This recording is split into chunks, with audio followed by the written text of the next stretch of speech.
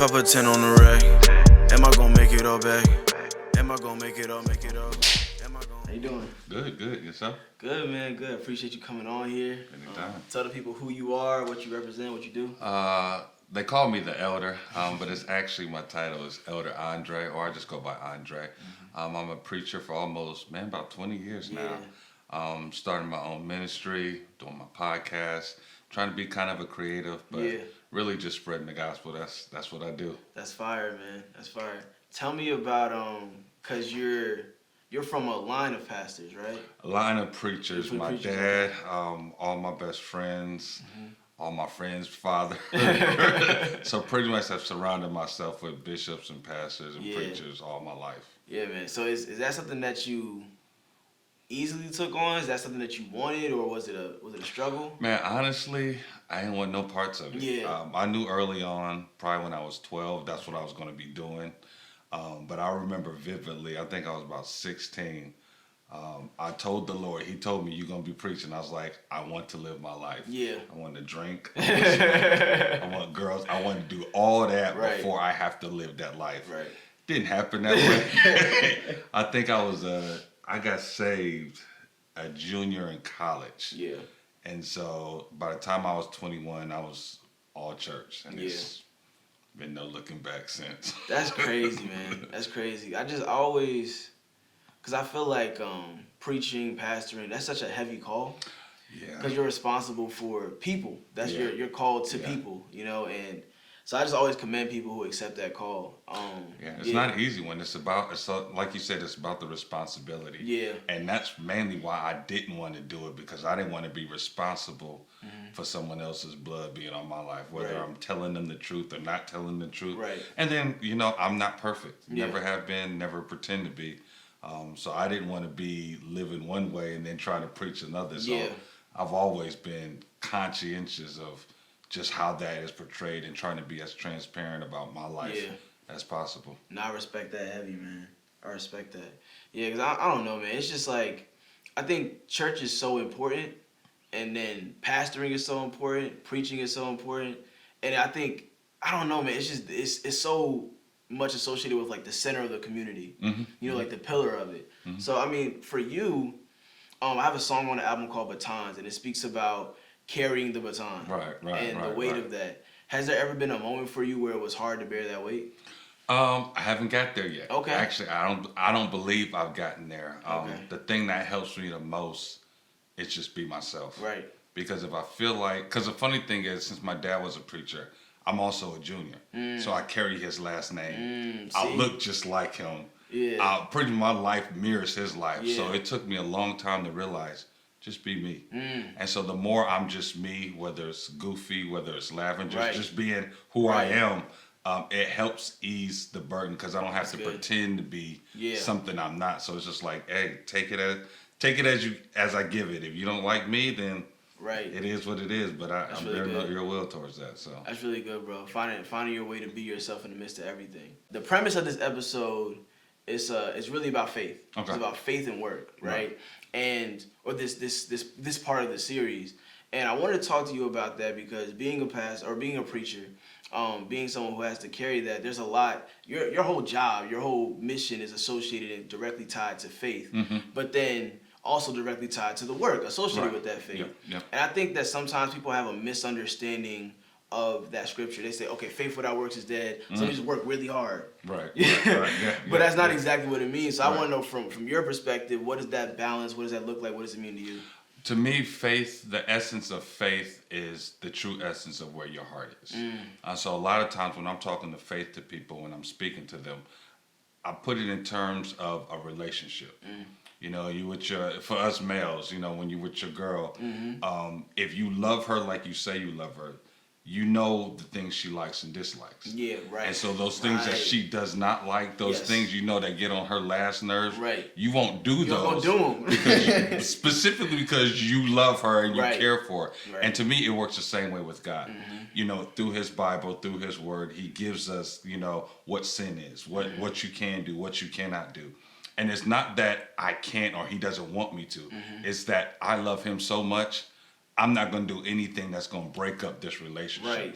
And because I have that relationship with him, that's where the trust comes in. Yeah. Now I trust him because I know I'm giving you my all. Right. You know you giving me his all. Right. So it's like, well, I just have faith in you. Right. And because of that, that's where the work come in. Because now I'm not gonna do anything to make this relationship not work. Right. So it's just it's a give and take. Yeah, it's a give and take. See, now that is perspective. Yeah. That's the right perspective. Because as you know, a lot of people will look at it from the perspective of, why can't I do this? Yeah. Why am I not allowed to do this? If God love me this, like, no, bro, it's exactly how it's a relationship. Yep. You're not gonna be like, why can't I cheat on my girl?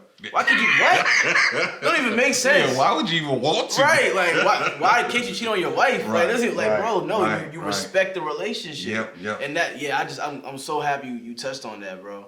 Yeah, man. So I think another thing I wanted to ask you was, what type of work do you do, right? In particular, because serving the church, serving the community, what does that look like in real time?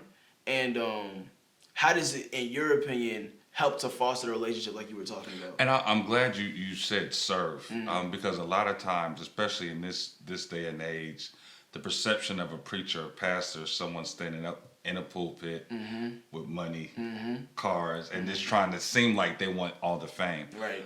But from my perspective, what Jesus did when he was on the scene, he served the people. Yeah. In whatever capacity he found himself in, whether it was feeding the hungry, whether it was healing, whether it was deliverance, whether it was teaching. And so for me, it's what do you need? Yeah. Just like I'm here today, let me help you. And that fosters a relationship, because when it's genuine, then it doesn't look like I'm out for something. Right. And so that creates a real bond, a real relationship. And then it allows you to open up to me and me to open up to you. Right. Then to me, that's where the healing actually starts. Yeah, exactly. So now I see, where you're hurting. You see when I'm hurting. And so then I could have that go below the surface level of a conversation. Right. So now we can help each other. And then I can help the community at the same way. So that's what I look at. Just trying to shed all the innuendos, shed all the facades of what a preacher or pastor is like. Man, I'm just here to help, man. In whatever capacity. Hold on. Because now, you just said something in there. How do you? Because I was talking about this on the episode, I think, with Jelly. I think. How do you connect with someone who isn't? When you mention God, they react. You get what I mean? Yeah. How do you break past that barrier and still connect to the person who needs to be connected with? And this is gonna sound funny coming from a preacher. I don't mention God. I don't mention God at all, because for me, when I'm serving, it's a people to people level. Right. And in my serving, you should see God. Right. But I shouldn't have to bring him up all the time. So me helping them, like, man. Hey, you really looked out, man. Right. Robert, what you listening to? Right. I'm listening to this. What you be reading? Right. Like, where you get all that from? And then that's where I can enter. But I don't. Exactly. I don't spit it out first. I just show my genuine service. Right. My love for Right. just people and helping them.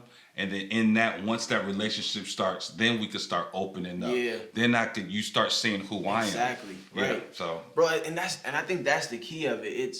We connect as people. Yeah. That's the tie, that's the link. And if we focus on that, then the rest will come. Yeah.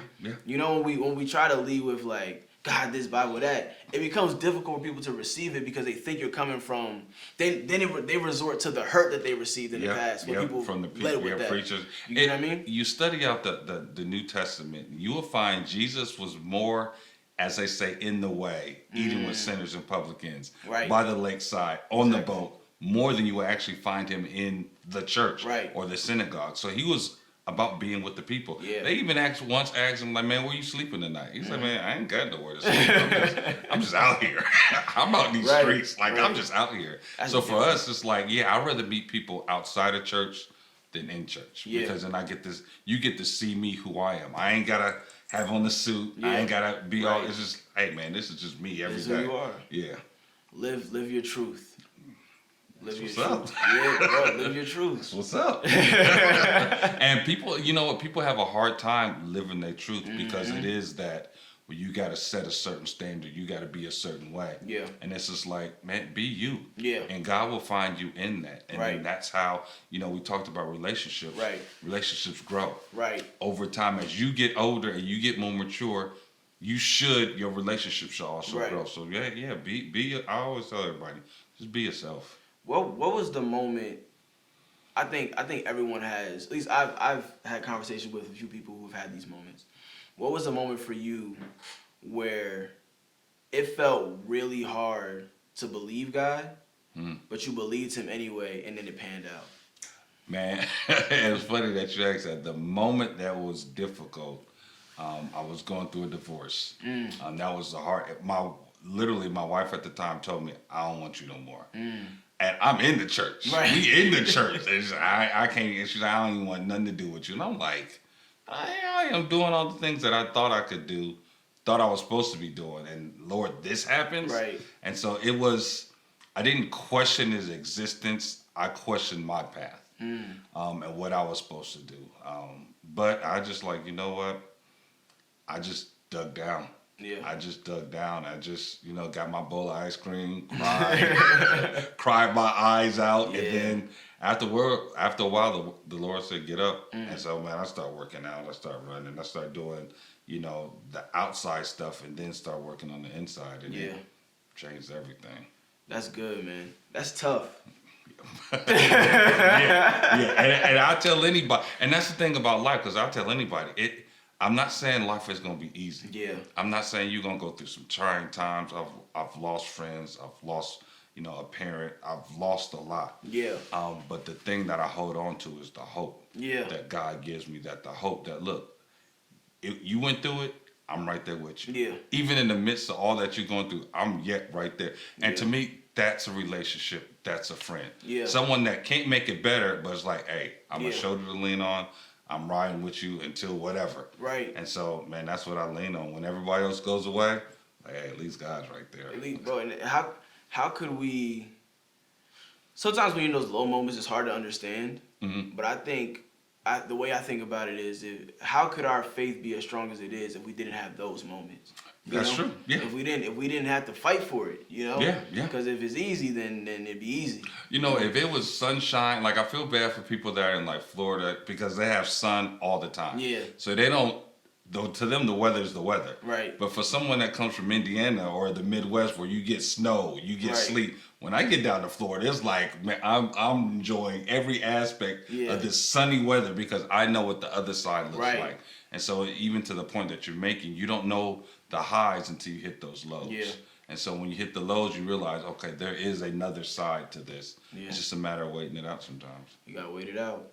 Man, I thank you so much for joining me today, bro. Is there anything else you want to share with the people about your podcast and your platform? Well, you can go on YouTube. Again, like I said, it's The Elder and the Truth. We drop gems. We have conversations. We have interviews all the time. So anytime you want to check it out, just The Elder, the Truth, The Elder and the Truth. I'm there all the time. Facts. Appreciate you, bro. All right, anytime, man.